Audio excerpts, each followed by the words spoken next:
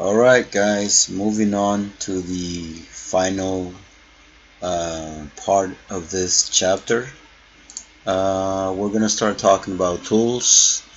And the ones that I'm showing here are Nmap, host scanning, network mapping, netstat, packet analyzer, IDS, IPS, HIDS, IDS, firewall rule-based and log, vulnerability scan, and then I will show you some view queries. I'm not going over the SAM operation task and view key talks. I'm just gonna get through. Moving on. The first thing to talk about is tools. During environmental reconnaissance testing, security analysts have a number of tools at their disposal. And it's no coincidence that many of them are the same tools that hackers use. Of course, the following sections cover the most common tools and describe the types of information you can determine about the security of the environment by using each tool. And the first one will be Nmap. Nmap is one of the most popular port scanning tools used today.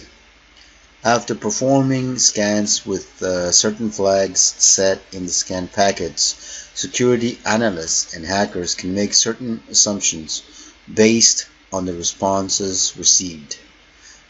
These flags are used to control the TCP connection process and so are present only in the packets. As you can see in figure 1-4,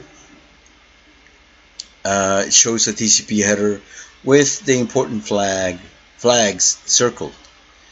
Normally flags are turned on as a result of the normal TCP process, but a hacker can craft packets to check the flags he wants to check. The figure gives you the results when you do a Nmap scan.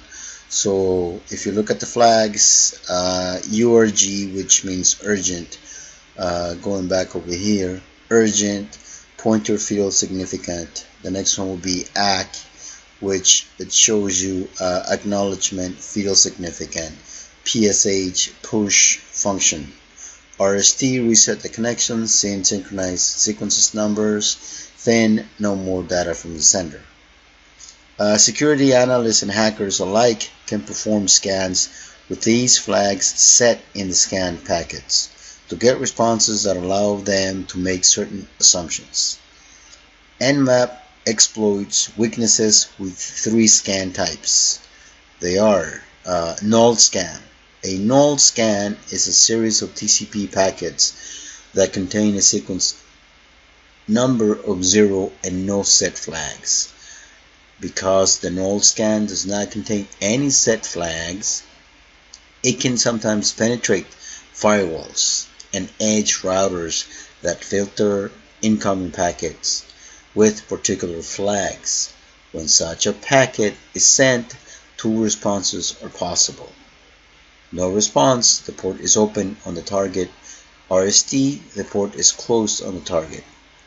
As you can see on figure 1-5, we have a null scan ping using Nmap. And the next one will be fin scan. This type of scan sets the fin bit. When this packet is sent, two responses are possible. No response, the port is open on the target. RST /ACK, the port is closed on the target. Let's see if I have another example here, which I'm not 100%. Example 1.1 shows sample output of a fin scan using the command nmap sf. Let's see, I think I just went there. No, I'm sorry, I don't have that example. I thought I did. So I wanted to show you that, but there's no provided sample. So we'll keep moving. If you look at figure 1.1, which is, I believe, would be this one here. Fin scan using Nmap SF. There we go. This one you can have show the sample output of a fin scan using the command nmap sf with the V included for verbose output. Again, nmap received no response but was unable to determine whether that was because a firewall was blocking the port or the port was closed on the target. Therefore, it is listed as open filter.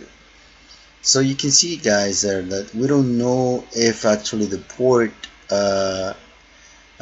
it's blocking it, or the firewall is blocking the port, or the port it's basically closed. So it's a vague answer here. We're not really 100% sure. Moving on, if you can look at the next sample, it's called a Christmas scan. This type of scan sets the fin, push, and urgent or URG flags.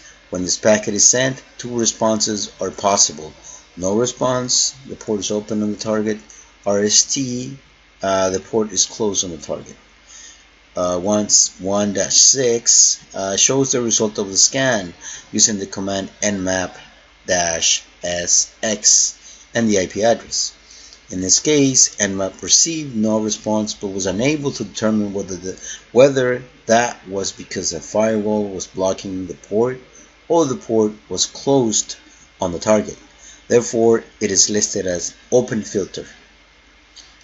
So you can see that here, open filter. So it cannot determine if the firewall is blocking your ping or the port it's closed. So it gives you that open filter, whatever, So null, fin, and Christmas scans all serve the same purpose: to discover open ports and ports blocked by a firewall, and differ only in the switch used. While there are many more scans types and attacks that can be launched with this tool, these scans types are commonly used during environmental reconnaissance testing to discover that the hacker might discover and take steps to close any gaps in security before the hacker gets there. Host scanning. Host scanning involves identifying the live host on a network or in a domain namespace.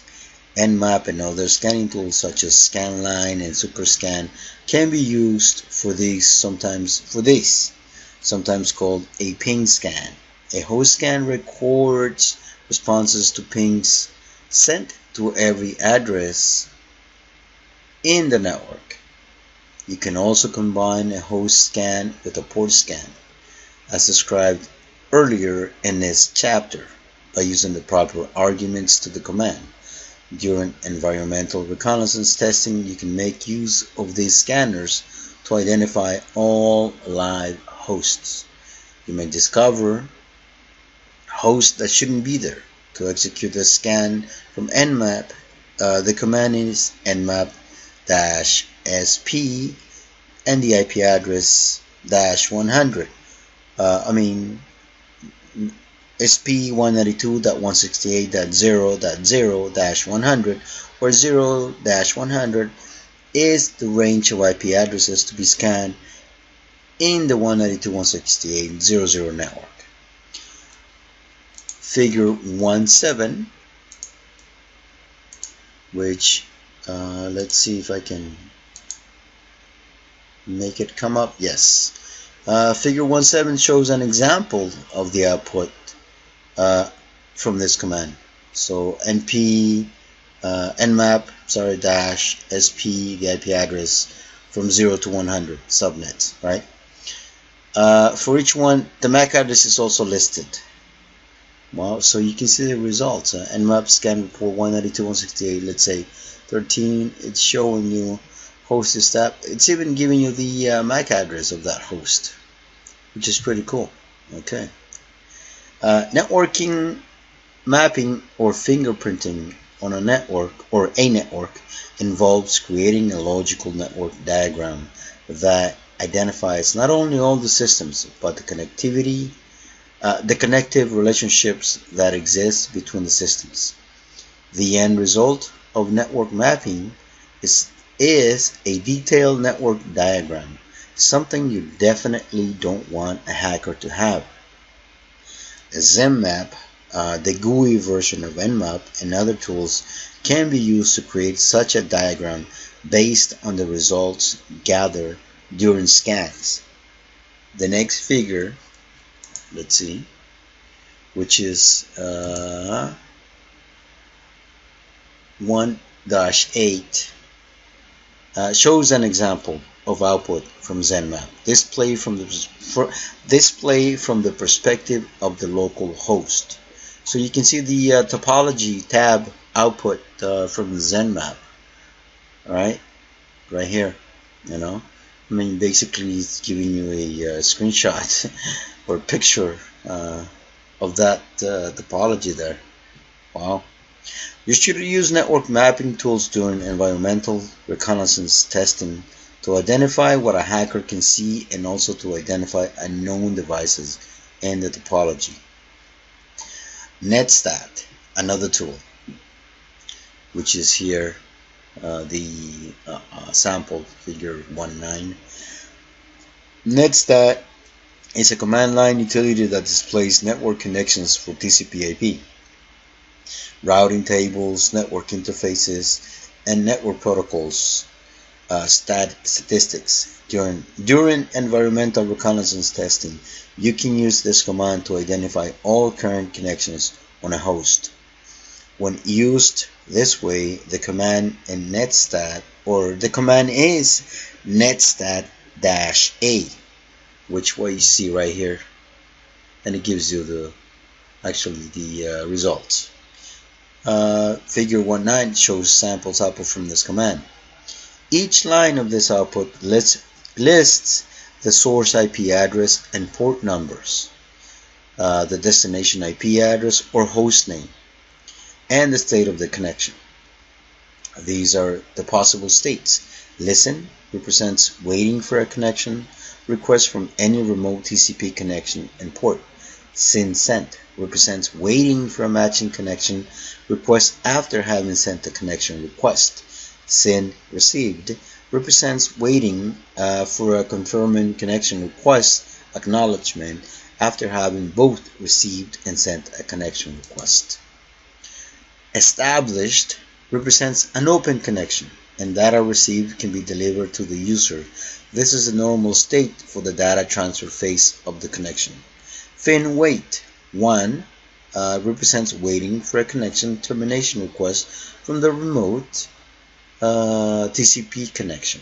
Do we have one wait? I don't see one. Wait 2 represents waiting for a connection termination request from the remote TCP connection. Close wait represents waiting for a connection termination request from the local user. Closing represents waiting for a connection termination request acknowledgement from the remote TCP connection. Last ACK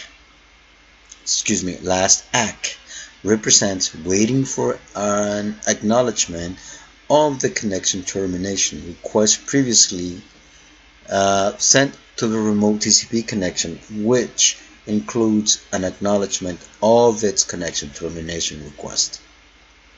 You can use this tool during environmental reconnaissance testing to identify any improper active connections that may exist on a host system. There's a table that I need to show you there. Table 1.4 lists other test types that can be performed by using various other combinations of arguments to the netstat command. So table 1.4 has, and it shows you the different parameters that can be used with it. Right? So the next tool will be a packet analyzer. A packet or protocol analyzer can be a standalone device or software, such as Wireshark, right here, Wireshark output. Running on a laptop computer, you can use a protocol analyzer to capture traffic flowing through a network switch by using the port mirroring feature of a switch. You can then examine the captured packets to discern the details of communication flows. Figure 110 shows output from a protocol analyzer, in this case Wireshark. The top panel shows packets that have been captured. The line number 364 has been chosen, and the parts of the packet are shown in the middle pane. In this case, the packet is a response from a DNS server to a device that queried for a resolution. The bottom pane shows the actual data and packet in the packet, and because this packet is not encrypted, you can see that the user was requesting the IP address of www.cnn.com. Any packet not encrypted can be read in this pane. So, I mean, you can probably not see it here, but you can always download the tool and see how it works, and just ping www.cnn.com and see what happens. You will see all the details on all the GET response, standard query response, HTTPCN. So during during environmental reconnaissance testing, you can use these analyzers to identify traffic that is unencrypted but should be encrypted, protocols that should not be in use on the network, and other abnormalities. You can also use these tools to recognize certain types of attacks. Figure 111, let's take a look. There we go. 111 shows the Wireshark output, which indicates that a SYN flood attack underway. Notice the lines highlighted in gray. Yeah, but it's a bad screenshot that I took. I'm sorry about that. Just take my word for it. These are all SYN packets sent to 10.1.0.0. I'm sorry, 10.1.0.2, and they are part of a SYN flood. Notice that the target device is answering with reset and ACK packets, which indicates that the port is closed. Lines highlighted in red, which they're not in the picture. One of the SYN packets highlighted in blue is open, so you can view its details in the bottom pane. You can expand the pane and read the information from all the layers of the TCP model. Currently, the transport layer is expanded, which at the same time I don't see, but I think maybe the next picture will make it even clearer to us. There we go. That's what it was saying. Okay. So go back to that and you can see how the attack was performed. Basically a SYN flood going through there and just explaining what's going on there. So IDS, next topic, IDS, IPS. While you can use packet analyzers to manually monitor the network for issues during environmental reconnaissance, a less labor-intensive and more efficient way to detect issues is through the use of intrusion detection systems, IDS, and intrusion prevention systems, IPS. An IDS is responsible for detecting unauthorized access or attacks against systems and networks. It can verify, itemize, and characterize threats from outside and inside the network. Most IDS are programmed to react certain ways in specific situations. Even notification and alerts are crucial to an IDS. They inform administrators and security professionals when and where attacks are detected. IDS implementations are further divided into the following categories: signature-based, stateful matching, anomaly-based, statistical anomaly-based, protocol anomaly-based, traffic anomaly-based, and rule or heuristic based. Okay, let's see if I can get a picture here of what I was talking about. If not, then yeah, exactly. See, it's talking about the IPS, IDS. Signature based, this type of IDS analyzes traffic and compares it to attack or state patterns called signatures that reside within the IDS database. It is also referred to as misuse detection system. Although this type of IDS is very popular, it can only recognize attacks as compared with its database, and is only as effective as the signature provided. Frequent updates are necessary, and there are two main types of signature-based IDS: pattern matching and stateful matching. Pattern matching: the IDS compares traffic to a database of attack patterns. The IDS carries out specific steps when it detects traffic that matches an attack pattern. The other one, stateful matching: the IDS records the initial operating system state. Any changes to the system state that specifically violate the defined rules result in an alert or notification being sent. Anomaly based: this type of IDS analyzes traffic and compares it to normal traffic to determine whether said traffic is a threat. It is also referred to as behavior-based or profile-based system. The problem with this type of system is that any traffic outside expected norms is reported resulting in more false positives than you see with signature-based systems. There are three main types of anomaly-based intrusion detection systems, or IDS. You have statistical anomaly-based, protocol anomaly-based, traffic anomaly-based. The statistical anomaly-based samples that live environment to record activities. The longer the IDS in operation, the more accurate the profile that is built.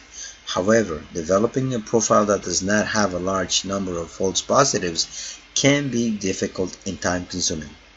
Thresholds for activity deviations are important in this IDS. Too low a threshold results in false positives, whereas too high a threshold results in false negatives. Protocol anomaly based: the IDS has no knowledge of the protocols it will monitor. A profile of normal usage is built and compared to activity. Traffic anomaly based: the IDS tracks traffic pattern changes. All future traffic patterns are compared to the sample. Changing the threshold reduces the number of false positives or negatives. This type of filter is excellent for detecting unknown attacks, but user activity might not be static enough to effectively implement this system.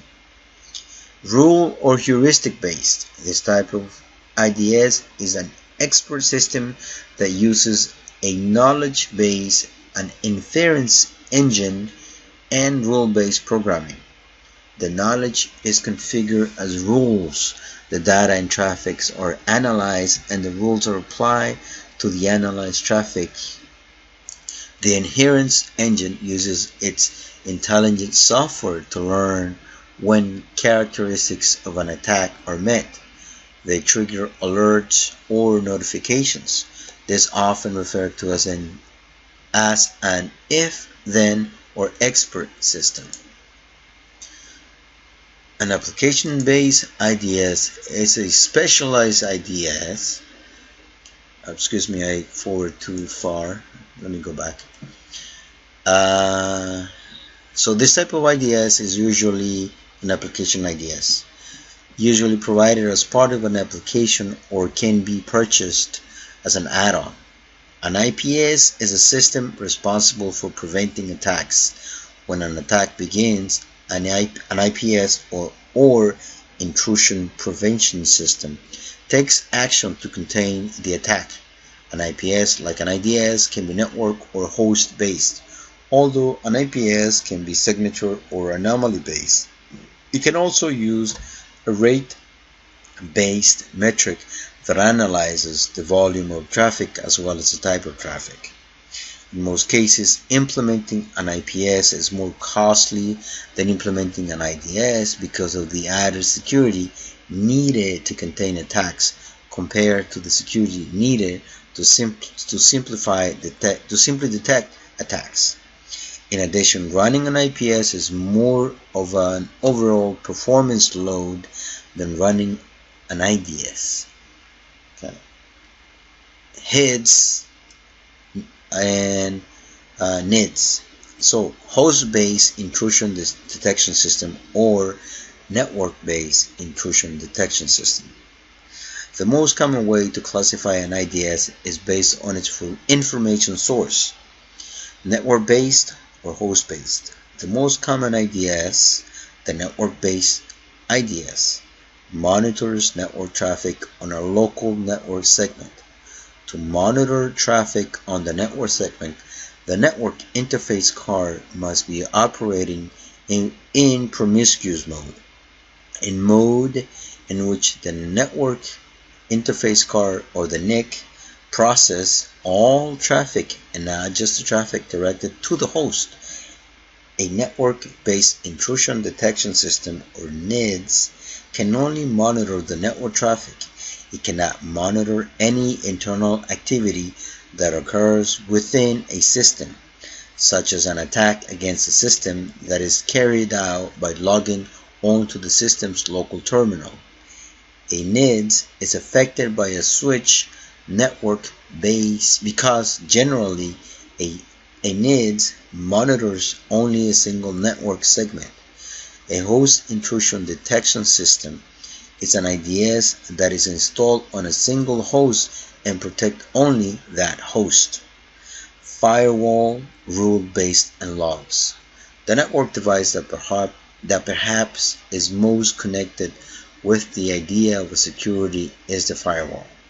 Firewalls can be software programs that are installed over server operating systems, or they can be appliances that have their own operating system.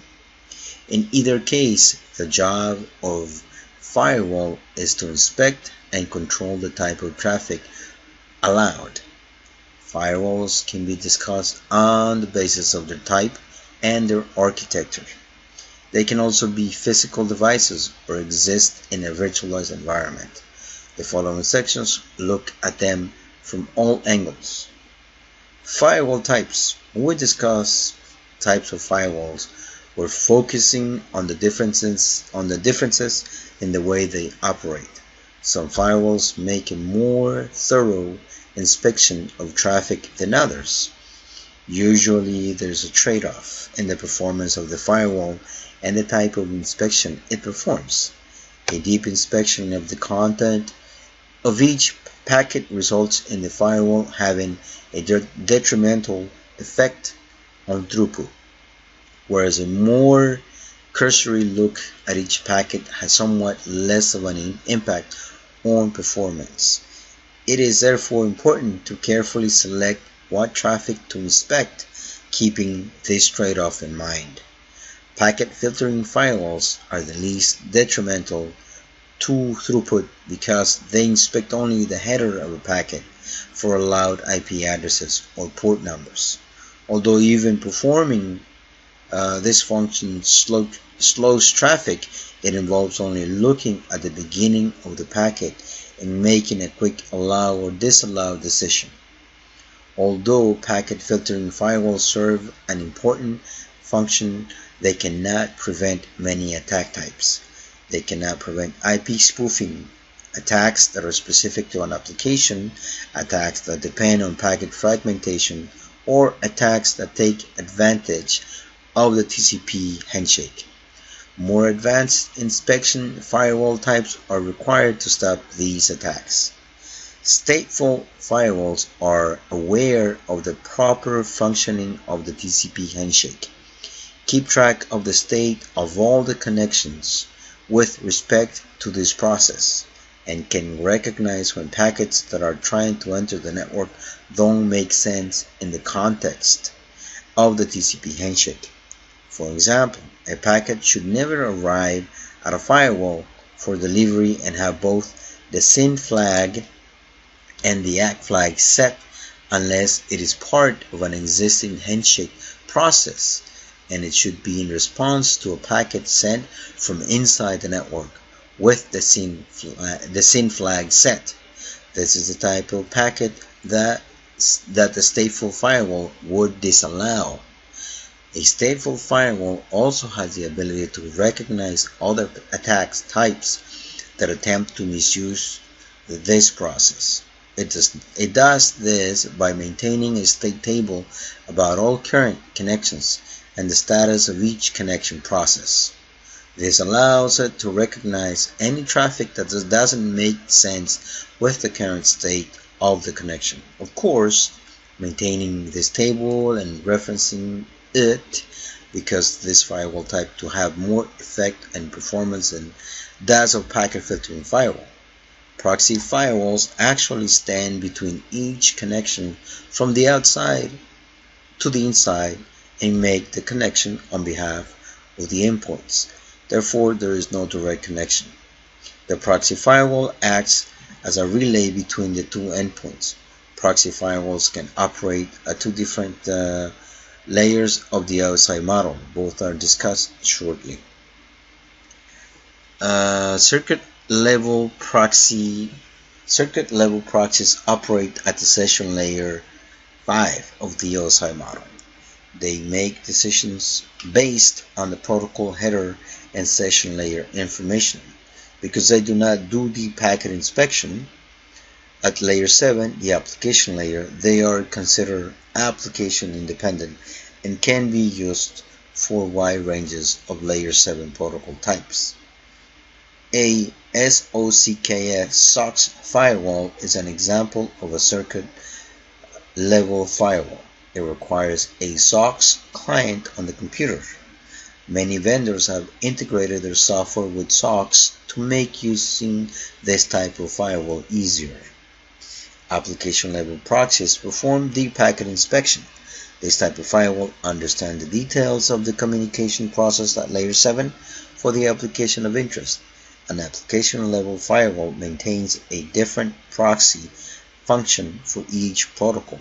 For example, for HTTP, the proxy can read and filter traffic based on specific HTTP commands. Operating at this layer requires each packet to be completely opened and closed. This type of firewall has the greatest impact on performance. Dynamic packet filtering does not describe a type of firewall. Rather, it describes functionality that a firewall might or might not possess. When an internal computer attempts to establish a session with a remote computer, it places both a source and destination port number in the packet. For example, if the computer is making a request for a web server because HTTP uses port 80, the destination is port 80. The source computer selects the source port at a random from the numbers available above the well-known port numbers, that is about 1023. Because predicting what that random number will be is impossible, creating a firewall rule that anticipates and allows traffic back through the firewall on that random port is impossible. A dynamic packet filtering firewall keeps track of that source port and dynamically adds a rule to the list to allow return traffic to that port.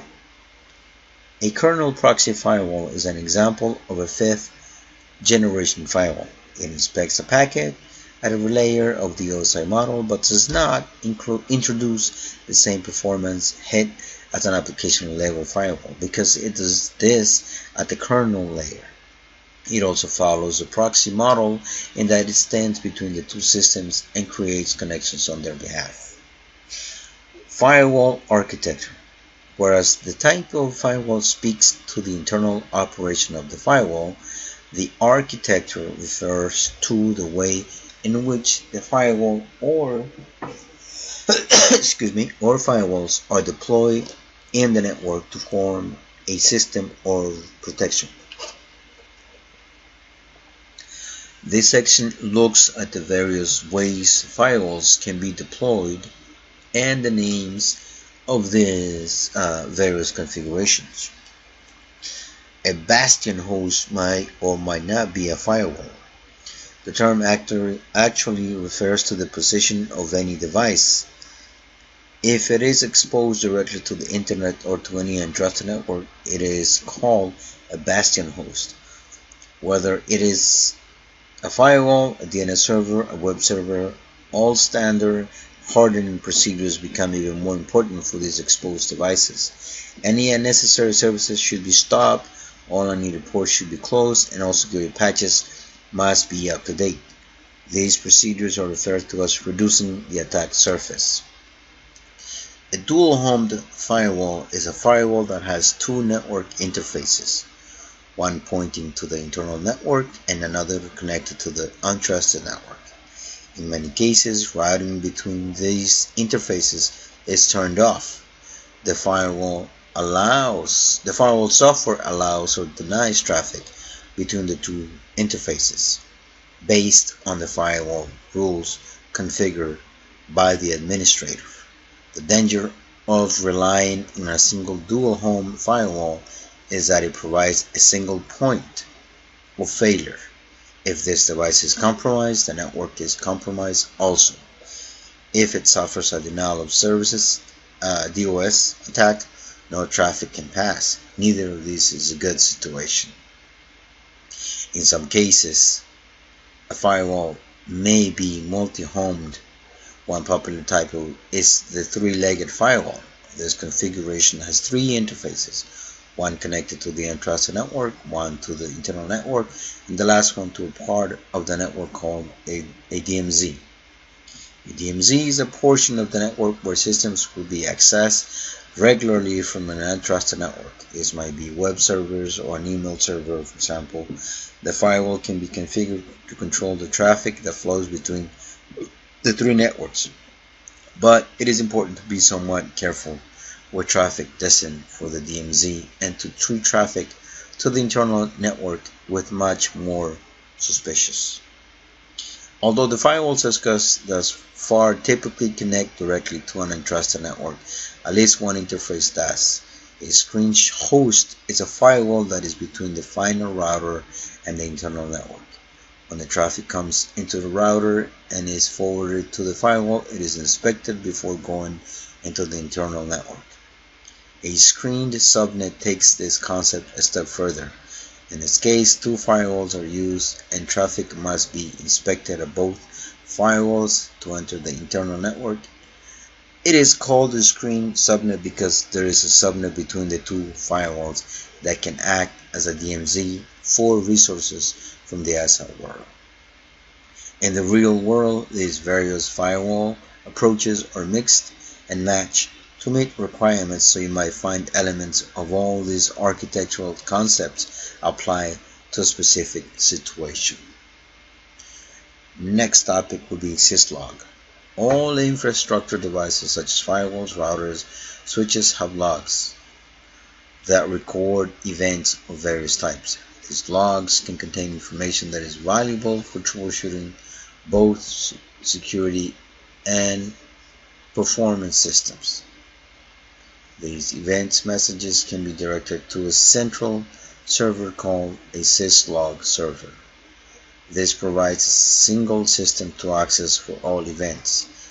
It also makes it easier to correlate events on various devices by combining the events in a single log. To ensure proper sequencing of events, all devices should have their time synchronized from a single source using an NTP server.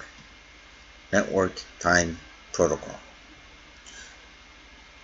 Next topic, vulnerability scanner. Vulnerability scanners are tools or utilities used to probe and reveal weaknesses in a network's security. There are two types of vulnerability scanners: passive vulnerability scanner and active vulnerability scanner. A passive vulnerability scanner monitors network traffic at the packet layer to determine topology, services, and vulnerabilities. It avoids the instability that can be introduced to a system by actively scanning for vulnerabilities. Passive vulnerability scanners tools analyze the packet stream and look for vulnerabilities through direct analysis. They are deployed in much the same way as IDS or packet analyzers. A passive vulnerability scanner or PVS can pick a network session that targets a protected server and monitor it as much as needed. The biggest benefit of a PVS is its ability to do its work without impacting the monitored network. Some examples of passive vulnerability scanner are the Tenable PVS and NetScan Tools Pro. Active vulnerability scanners. Whereas passive scanners can only gather information, active vulnerability scanners, AVS, can take action to block an attack, such as block a dangerous IP, sending transmission to nodes and examining the response. Because of these scanners may disrupt network traffic. Examples include Nessus and Microsoft-based security analyzers. So basically those two active vulnerability scanners, Microsoft Baseline Security Analyzer, MBSA, and Nessus, they will disrupt the network traffic. So be aware of that, okay? Regardless of whether it's active or passive, a vulnerability scanner cannot replace the expertise of a trained security personnel. Moreover, these scanners are only as effective as the signature databases on which they depend, so databases must be updated regularly. Finally, scanners require bandwidth and potentially slow the network. For best performance, you can place a vulnerability scanner in a subnet that needs to be protected. You can also connect a scanner through a firewall to multiple subnets. This complicates the configuration and requires opening ports on the firewall, which could be problematic and could impact the performance of the firewall. So I have reached the end of the chapter 1. I have some questions that I have there available for you. I will leave it up to you to go through the questions and choose the best answer, and let me know what you think. Okay? I will probably provide in a different video the answers to the questions, but at this time I will leave it open so that you can investigate and choose the best answers, and just send me a message, or I don't know, whatever you like, and give it a try. Okay, so thank you for watching. I'll see you on the next video, chapter 2.